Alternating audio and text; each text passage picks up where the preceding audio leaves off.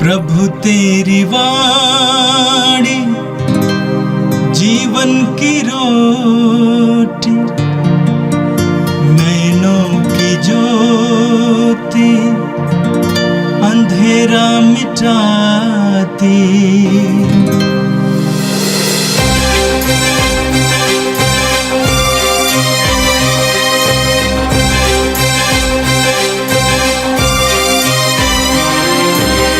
प्रभु तेरी वाणी जीवन की रोटी, नैनों की ज्योति अंधेरा मिटाती। प्रभु तेरी वाणी जीवन की रोटी, नैनों की ज्योति अंधेरा मिटाती। वाणी वाणी वाणी वाणी वाणी पवित्र है, शाश्वत है, जीवन का मन्ना है। 25 जुलाई बृहस्पतिवार। पहला पाठ कुरिन्थियों के नाम संत पौलुस का दूसरा पत्र, अध्याय 4, पद संख्याएं 7 से 15। हम हर समय अपने शरीर में यीशु की मृत्यु का अनुभव करते हैं। वह अमूल्य निधि हम मिट्टी के पात्रों में रखी रहती है, जिससे यह स्पष्ट हो जाए कि वह अलौकिक सामर्थ्य हमारा अपना नहीं बल्कि ईश्वर का है। हम कष्टों से घिरे रहते हैं परंतु कभी हार नहीं मानते। हम परेशान हो जाते हैं परंतु कभी निराश नहीं होते। हम पर अत्याचार किया जाता है परंतु हम अपने को परित्यक्त नहीं पाते। हमको पछाड़ दिया जाता है परंतु हम नष्ट नहीं हो जाते। हम हर समय अपने शरीर में यीशु के दुख भोग तथा मृत्यु का अनुभव करते हैं, जिससे यीशु का जीवन भी हमारे शरीर में प्रत्यक्ष हो जाए। जीते जी हमें यीशु के कारण निरंतर मृत्यु का सामना करना पड़ता है, जिससे यीशु का जीवन भी हमारे नश्वर शरीर में प्रत्यक्ष हो जाए। इस प्रकार हम में मृत्यु क्रियाशील है और आप लोगों में जीवन। धर्म ग्रंथ कहता है, मैंने विश्वास किया और इसलिए मैं बोला। हम विश्वास के उसी मनोभाव से प्रेरित हैं। हम विश्वास करते हैं और इसलिए हम बोलते हैं। हम जानते हैं कि जिसने प्रभु यीशु को पुनर्जीवित किया है, वही यीशु के साथ हमको भी पुनर्जीवित कर देगा और आप लोगों के साथ हमको भी अपने पास रख लेगा। सब कुछ आप लोगों के लिए हो रहा है, ताकि जिस प्रकार कृपा बहुतों में बढ़ती जाती है, उसी प्रकार ईश्वर की महिमा के लिए धन्यवाद की प्रार्थना करने वालों की संख्या भी बढ़ती जाए। यह प्रभु की वाणी है। संत मत्ती के अनुसार पवित्र सुसमाचार, अध्याय 20, पद संख्या 20 से 28 तक।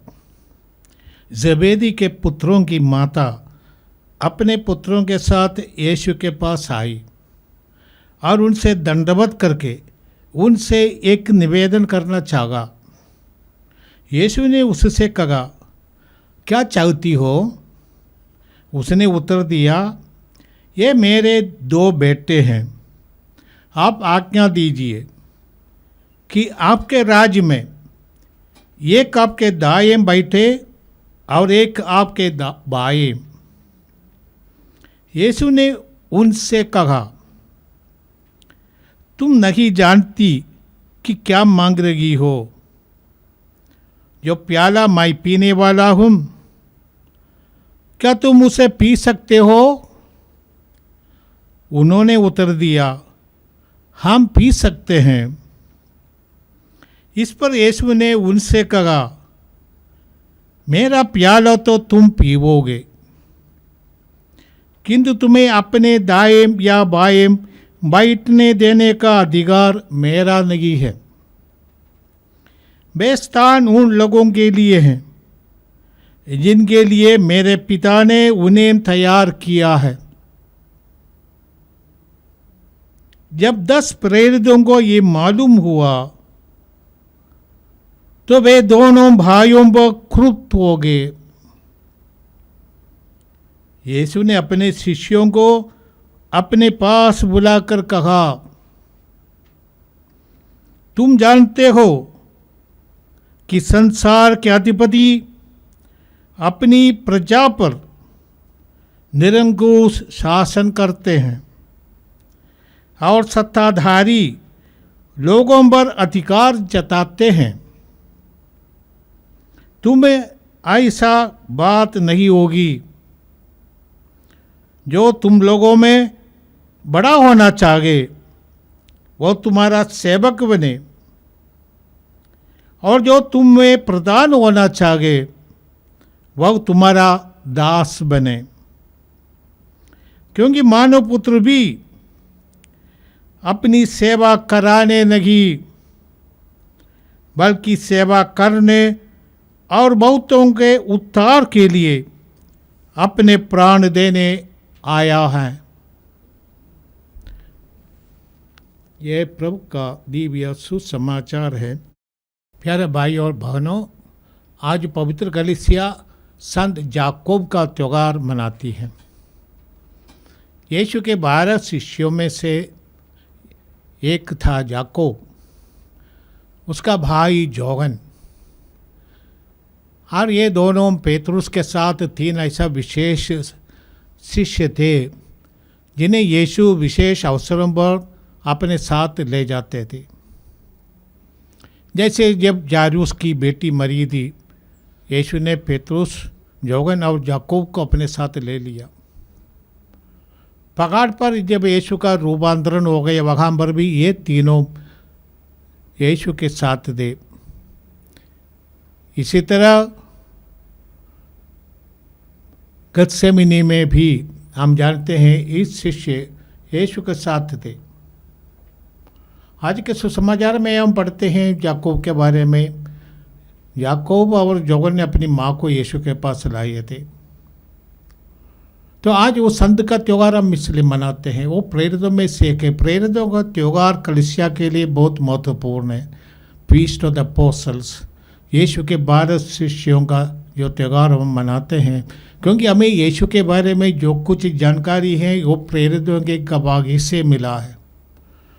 और प्रेरितों को यीशु ने जो संदेश दिया, जो जिम्मेदारी दिया है, वो प्रेरितों ने अपने उत्तराधिकारियों को अपने हाथ रखकर प्रार्थना करके पवित्र आत्मा के माध्यम से उनको सौंप दिया था। इसलिए कलीसिया का एक पहचान है प्रेरित कलीसिया, अपोस्टोलिक चर्च।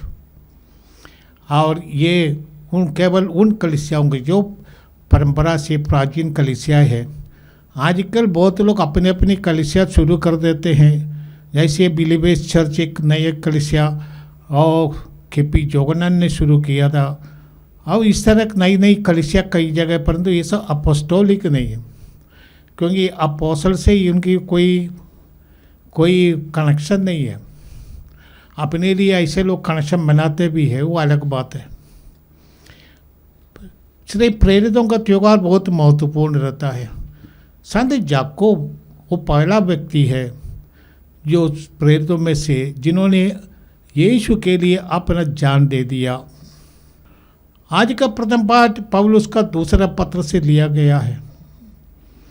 उस पत्र में पौलुस लिखते हैं, हमारे हृदयों में अपनी ज्योति से आलोकित कर दिया है ईश्वर ने, और जिससे हम ईश्वर की बड़ी महिमा जान जाए जो मसीह के मुकुट पर चमकती है।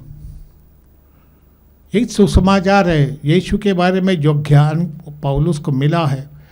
अब पौलुस कहते हैं कि यीशु के मुकुट में जो ज्योति चमकती है, पौलुस को उसका दर्शन हुआ था दमिश्क के रास्ता में, जैसे प्रेरितों का कार्यकलाप अध्याय 9 पद संख्या 3 में हम पढ़ेंगे। पौलुस ने भी लिखा है, फिलिपियों का नाम पौलुस का पत्र अध्याय 3 पद संख्या 8 में पौलुस लिखते हैं, इतना ही नहीं, मैं प्रभु यीशु मसीह को जानना सर्वश्रेष्ठ लाभ मानता हूँ।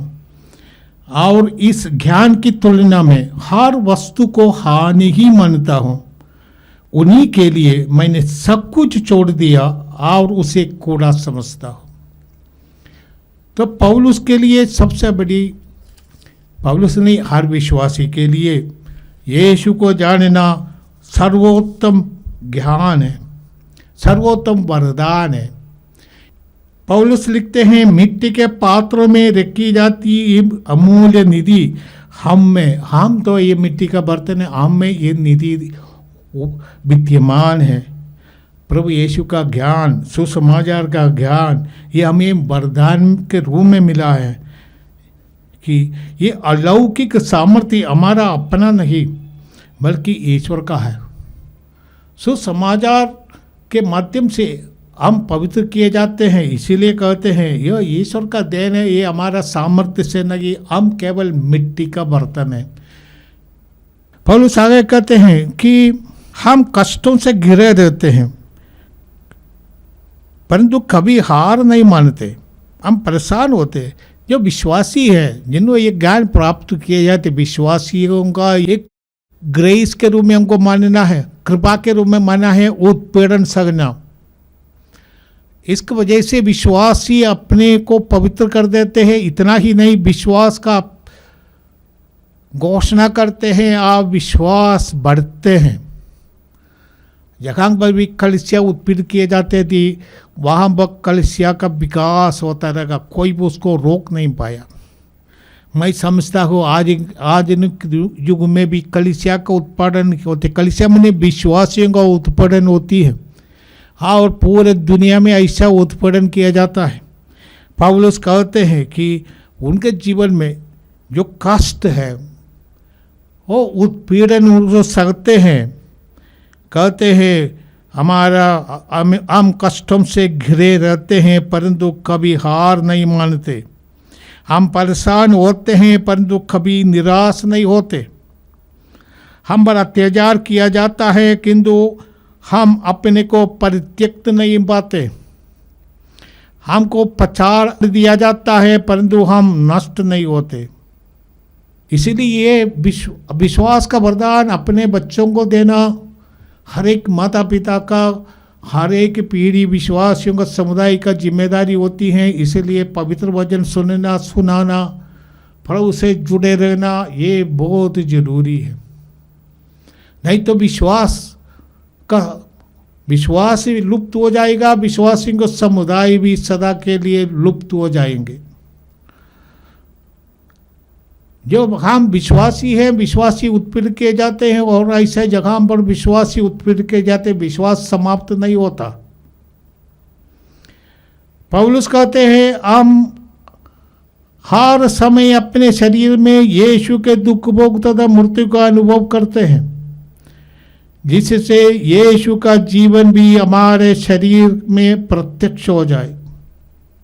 यीशु के जैसे कई प्रकार के उत्पीड़न का ये चिन्ह रहता था। पौलुस कई बार कोड़े मारे गए थे, कई बार पौलुस को पत्थर से ये लोग मारा था। जैसे पौलुस इसी कुरिन्थियों का नाम दूसरा पत्र अध्याय 11 में बताएंगे, अपने पीड़ाओं का वो वर्णन देते हैं, क्योंकि ये सब स्कार उनके शरीर में है। पौलुस ये चिन्ह रहता है उनका असलियत का चिन्ह, असली विश्वासी होने का चिन्ह, असली प्रेरित होने का चिन्ह, और दौती को पूरा करने के लिए अपने पूरे जिम्मेदारी परिश्रम करने का चिन्ह। ये पौलुस अपने जीवन के द्वारा ये कहते हैं, ये चिन्ह। पौलुस कहते हैं यीशु मुझमें जीवित है। हर मैं जो चिन्ह पहनता हूँ पौलुस के शरीर में था, ये चिन्ह उत्पीड़न का चिन्ह, और हर प्रकार की उनके ऊपर जो अत्याचार किए गए ये सब का उनके शरीर में उस चिन्ह, घाव, युद्धस्कार लगा था। जो पौलुस कहते हमें जीवित रहते हुए यीशु के कारण निरंतर मृत्यु का सामना करना पड़ता है, जिससे यीशु का जीवन भी हमारे नश्वर शरीर में प्रत्यक्ष हो जाए। पुनर्जीवित यीशु उनके जीवन में हम पौलुस आप ही माई जीवित नहीं, यीशु मुझमें जीवित है। आज ये त्योहार के अवसर पर ये पाठ हमारे सामने रखकर कलीसिया हमसे यही चाहती है कि हम विश्वास में बढ़ते जाए। और विश्वास एक वरदान होता है। पौलुस कहते हम जानते हैं कि जिसने प्रभु यीशु को पुनर्जीवित किया वही यीशु के साथ हमको भी पुनर्जीवित कर देगा और आप लोगों के साथ हमको भी अपने पास रख देगा।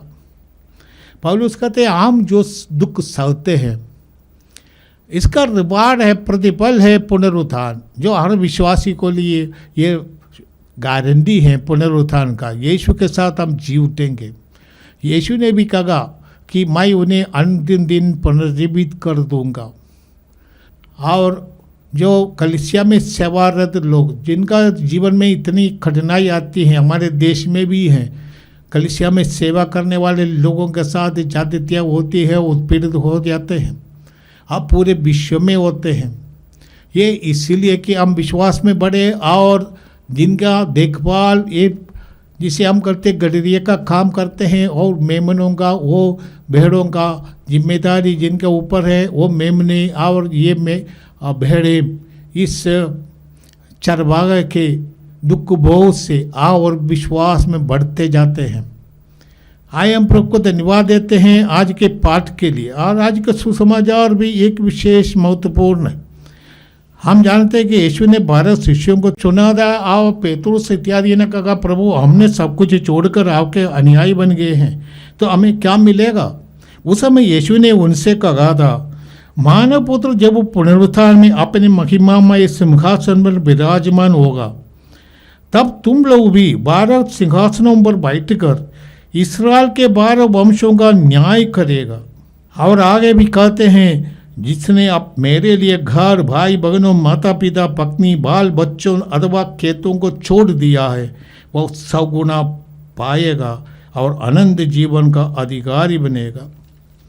आज का पाठ उस संदर्भ का है। यीशु के 2 शिष्य याकूब जिसका त्योहार मनाया जाता है और योहन अपनी माँ को यीशु के पास लाते हैं। इसी बात को मार्कुस के सुसमाचार अध्याय 10 में हम पढ़ते भी हैं।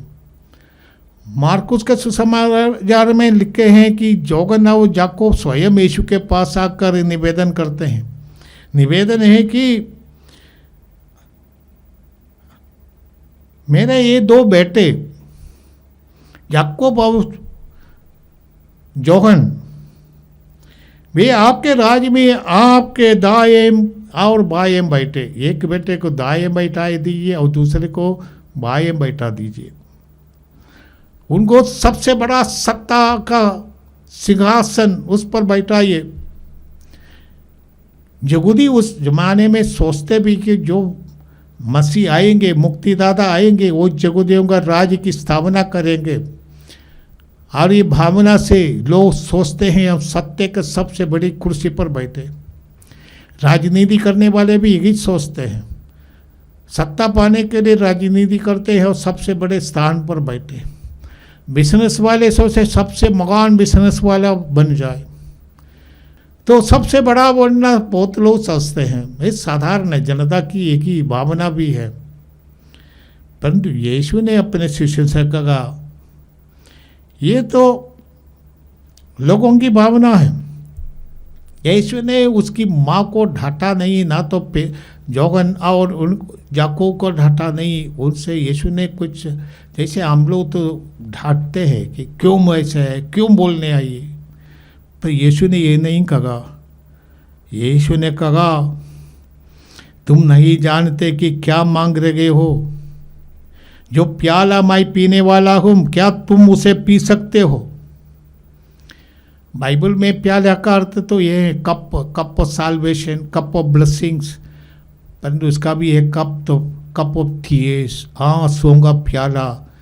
अधिकांश एक कप तो दुख का है, दुख का प्याला है। जैसे गत्सेमनी में यीशु ने पिता से कहा पिता ये प्याला मुझसे दूर हो जाए। तो यीशु उनसे पूछते हैं कि क्या आप ये प्याला पीने के लिए तैयार है।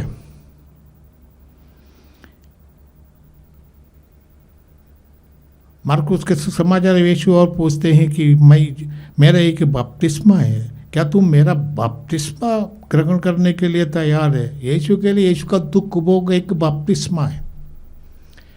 शिष्य लोग बोलते हैं हाँ हम तैयार है। तब यीशु ने कहा मेरे दाएं बाएं बैठने का ये स्थान देने का अधिकार मेरा नहीं है, ये मेरा पिता का अधिकार है। पिता देगा जिसको वो चाहते हैं। हम जानते हैं यीशु जब मारे गए थे उनके दाएं बाएं डाकू, कुख्यात डाकू क्रूस पर चलाए गए थे। एक यीशु के बाएं एक दाएं। इसके द्वारा यहूदी यीशु को और नीचा करना चाहते थे। यीशु से दुश्मनी रखने वाले यीशु को सबसे नीचा गिराना चाहते हैं। आज की दुनिया में भी यीशु के बारे में कई प्रकार का फिल्म बनाने वाले हैं। यीशु को नीचे करने के लिए बहुत लोग कोशिश करते हैं। उस जमाने में जो यीशु से नफरत रखते हैं, बहुत लोग आज भी यीशु से नफरत रखते हैं, परंतु यीशु जैसे इतना पवित्र इतना दयालु व्यक्ति शायद नहीं है। यीशु ने अपने शिष्यों को डांटा नहीं है, ये भी उनकी उदारता है, उनकी वो महानता है। तो यीशु के दाएं बाएं उन लोगों ने दो डाकुओं को क्रूस पर चढ़ाया ताकि कि यीशु इससे भी खराब है। यीशु ने अपने शिष्यों को कहा ये तो मेरा काम नहीं है।